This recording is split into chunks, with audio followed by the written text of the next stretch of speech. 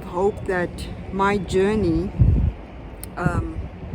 would inspire them and also share with them, as a native from this town, that, what I went through, if God could come through for me, He can come through for them as well. And,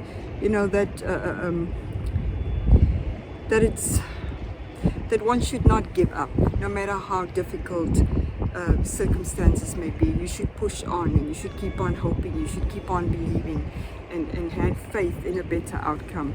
So yeah, that's why we're here today, and we're happy to share that with you. My earthly vessel. So I can speak to my earthly vessel when it doesn't want to come in alignment with the Spirit of God. I should tell it, you will submit to the Spirit of God. And if the Spirit of God says you are healed, you should listen and obey. I know it sounds weird to some people, but I told my body, you will submit. You will listen. Okay, the next part is a bit graphic. This is where it gets ugly. I should move a bit faster now. In the eye of the storm, this is what I call it.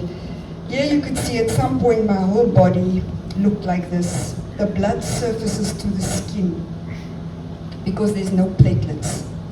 So even a scratch, you can bleed to death. I had a bit of a scare. The mirror in the bathroom were broken and we didn't see it. It was down low at the edge, and I accidentally scratched myself there. And you won't believe it, that little scratch on my finger was a whole hoo-ha. The entire ward was running around to stop the bleeding. Once again, that blue marks everywhere. This is what we call the crocodile skin due to the chemotherapy. Your skin just starts peeling off like that. There's also other horrible effects where your throat gets completely, it's not just infection, it can start bleeding. There was a specific chemo I received, it was a blue bag, I don't know the name, but they gave me ice while I got the chemo. Because while I was getting the infusion, you can start bleeding from the inside. So they gave me ice to keep it in my mouth the whole time so that the membranes in the mouth wouldn't start erupting and start bleeding. And then of course the other thing people don't tell you is your veins collapse after a while. Of all that chemo, they can't find veins anymore. So this particular day the nurse tried to get a vein and she had to puncture me 17 times. They couldn't find a vein. So yeah. And like I said, my whole body, the blood started surfacing to the skin. So everywhere there was this red marks and blue marks everywhere. It's a bit scary. Now this is where I said here, low platelets, injections, veins collapsing due to chemo infections, fevers, crocodile skin. Oh, the interesting part is the one day I was sitting and I called the nurse because while I was not sitting, I was lying in bed. My nose, everything just started running, and I thought I got a cold. And at that time, I was a bit anxious because of the cold, low immunity. And I called her, and she came in running. And I said, "Nurse, I think I've got a cold. My nose is running." And she looked at me and checked everything. She said, "No, Noreen, you just don't have nose hair anymore."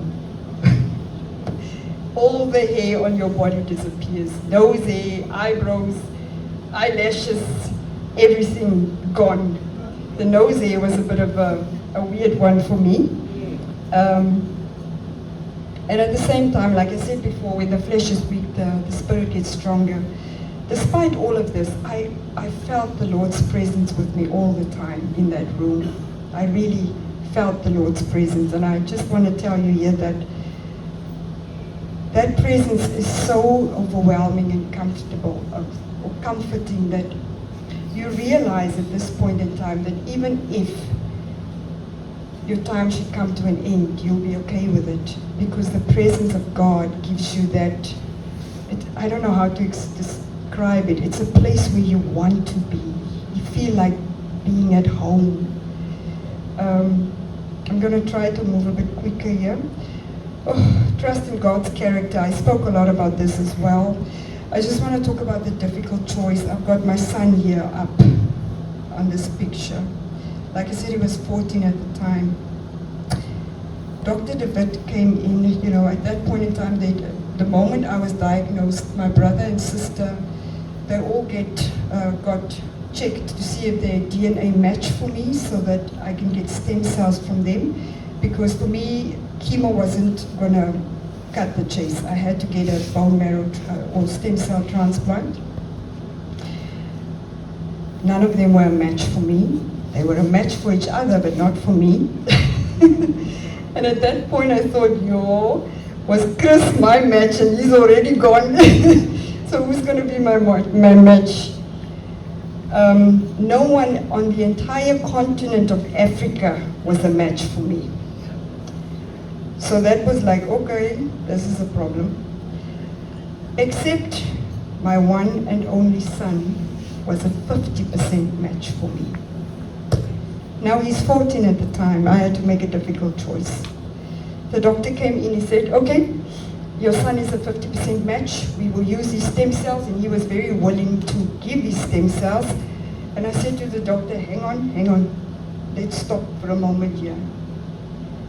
You told me that the transplant is a chance of survival. It's not a guarantee, because most people die after the transplant.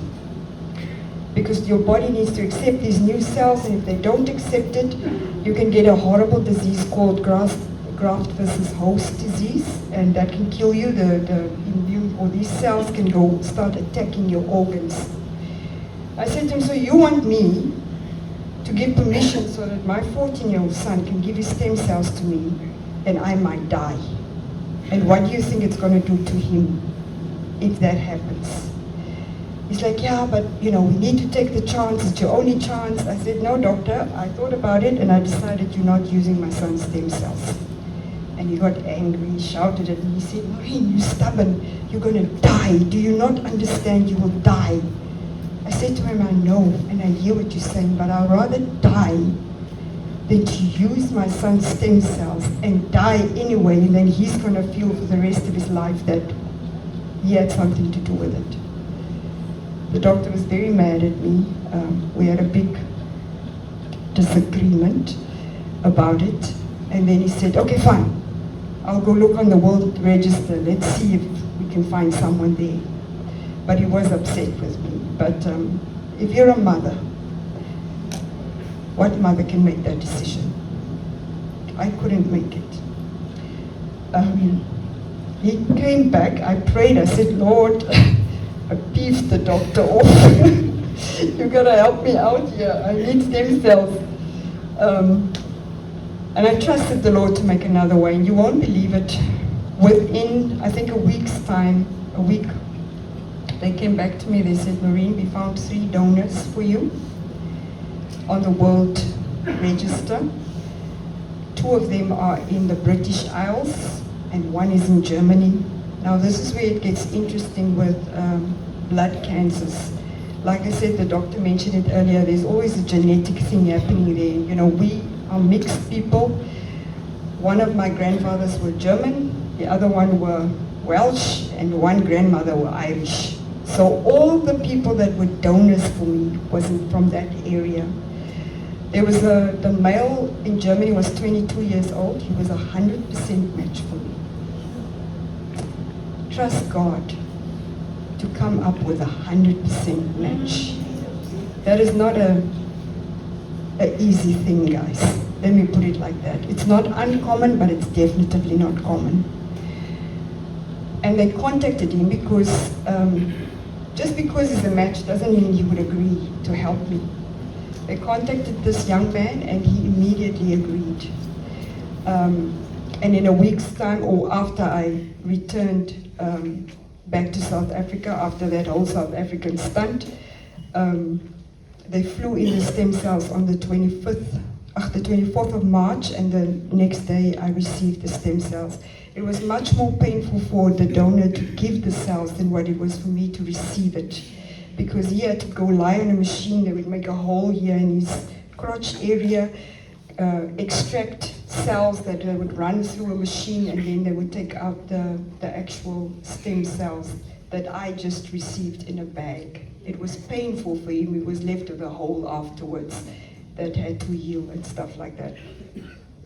So I had to trust God for that. The next thing I had to trust the Lord was, I talked about the blood counts already, trusting God for the supply and the finances. And then of course I had to trust Him to carry me every day. Because like I said, there were many days that I couldn't do anything. I couldn't even pick up a fork to eat. I had to trust Him to take care of my husband and son, and I had to trust Him to carry me through the valley of shadow of death. And that valley is very real, guys. It's very real. Why is this thing not moving? A transplant. It happened on the 25th of March. There's the doctor that helped me. I waited for this moment. Up to this point, that is all that is your goal. You suffer every day to get to this point. But what nobody tells you is that this is actually the worst part of the journey. Because most people die at this point. Because the body either accepts the cells or it rejects it. You can see I'm very swollen here. You can see on my face swollen because of all the cortisone there to get me to minimize the effects of the chemotherapy. Because you get lots of inflammation, infection, and all those things of the chemotherapy.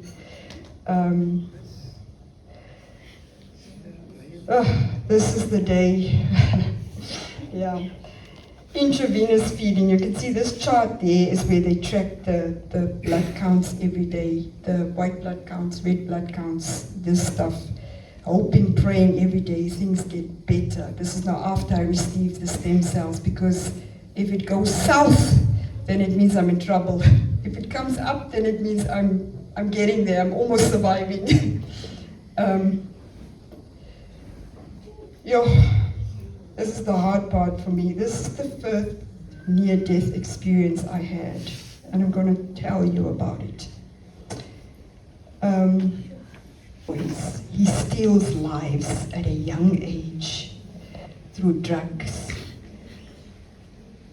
car accidents, horrible things. I'm not saying all of that is Satan's work, but he often does that. If you belong to Jesus Christ, it means He alone has saying over when you live and when you die. No one else. But if you don't belong to Him, the enemy can come and steal. So it's very important that you understand today that we are here still with a purpose. And if that purpose is just to make sure that other people can belong to Jesus so that the enemy can't claim or steal from them, then it's a good enough purpose. That really shook me. But at this point in time, I'll be honest, I was so tired and fed up and tired of holding on and fighting that I didn't really care whether I was going to make it or not, to be honest. But the next morning, I must have passed out, because the next morning I woke up and the first thing I saw was there's an extractor fan in the ceiling. And when I opened my eyes, I saw that fan. And I thought to myself, the Lord still wants me here. I sent my husband a message and I said to him, ignore the mail I sent you last night. But yeah. About a month after the transplant, I got discharged from hospital for the first time with the intention of leaving and not having to return. My sister came to fetch me. I was very happy and very grateful. It was the Easter weekend.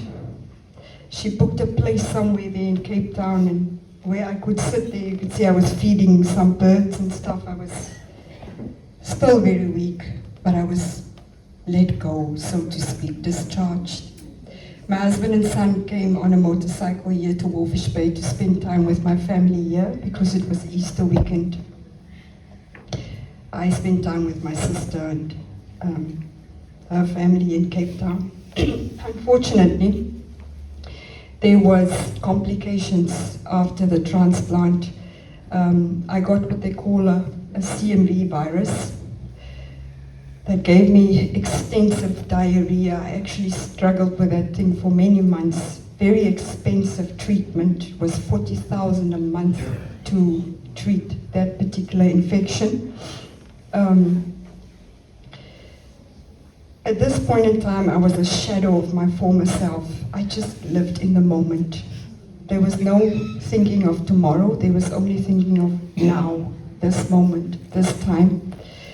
I was very traumatized. Like I said, I struggled to traffic. Anything was just a bit much for me to handle.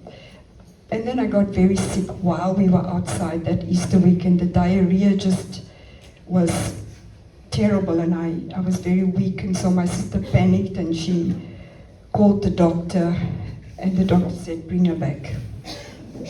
So I went back to the hospital after 2 days. I think that Monday, the Easter Monday, I got back. This is how I looked at that point in time. This is what cancer patients look like. And I just want to pause here for a moment, because there were friends, school friends of mine that came to visit me.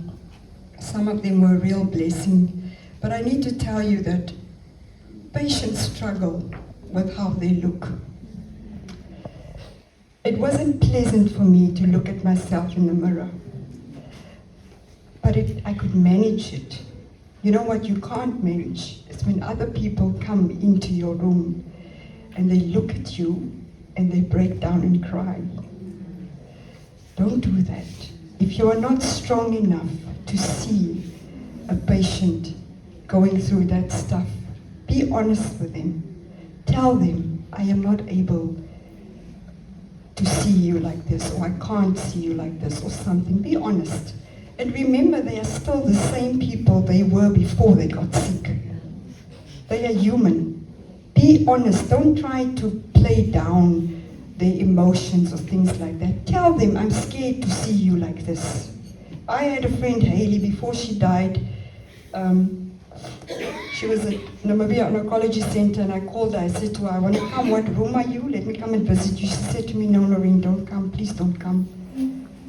I look terrible. I look like a skeleton. I don't want people to see me like this. I put this photo in here.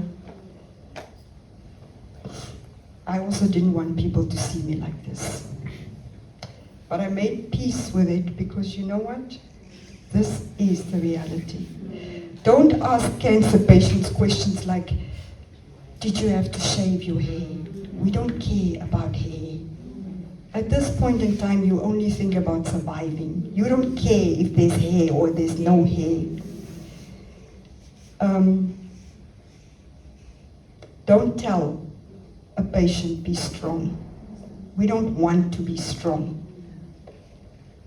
We have no choice, but it doesn't mean we want to be. Rather say, be brave. It's very difficult for patients when other people come in and they break down, because now you feel more self-conscious and you feel like the horror picture that you are. So rather avoid doing that, please. Be honest with them. Tell them straight up, you know, I can't do this.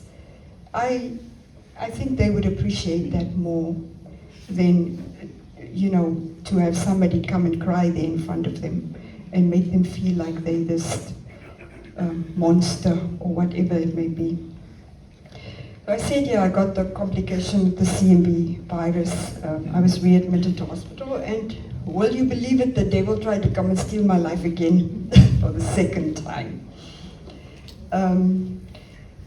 After I was admitted to the hospital, I went to the toilet. When I came out of the toilet, I collapsed because I was too weak. Then the nurse ran outside, you know, my friend was there. Ursula admitted me to the hospital. She left already because she couldn't stay long. My friend came to bring me clean pajamas and stuff, and she was in the room when I collapsed, and you know, she got a big fright. She still says till today, I traumatized her, because she said, you know, that grayness that people get over the eyes before they die. She said, Noreen, you had that in your eyes. I could see you dying. And then at that moment she ran out and called the nurses, and all three of the doctors came running in, the hematologist as well as the nurse, and they put me on oxygen. I didn't understand what was happening, but apparently my heart went into distress because of all the chemotherapy. So they started wheeling in the machine to, what do you call it, to shock you or whatever. And I'm on oxygen, and the IV lines are up again, and the doctors are give her this, give her that, you know. And I'm lying there, and I've got this oxygen mask on, and I can see the distress in the doctor's eyes and in the room. And the only thing I thought was, I said, Lord, these doctors look very, very worried. I think you should help them. Because they certainly looked like they needed help at that point in time. Then I had a next near-death experience. I felt that vortex, or whatever you want to call it, sucking me. You know, I was going again somewhere. And while I was going, I heard that voice say to me again, you will live and not die. Amen.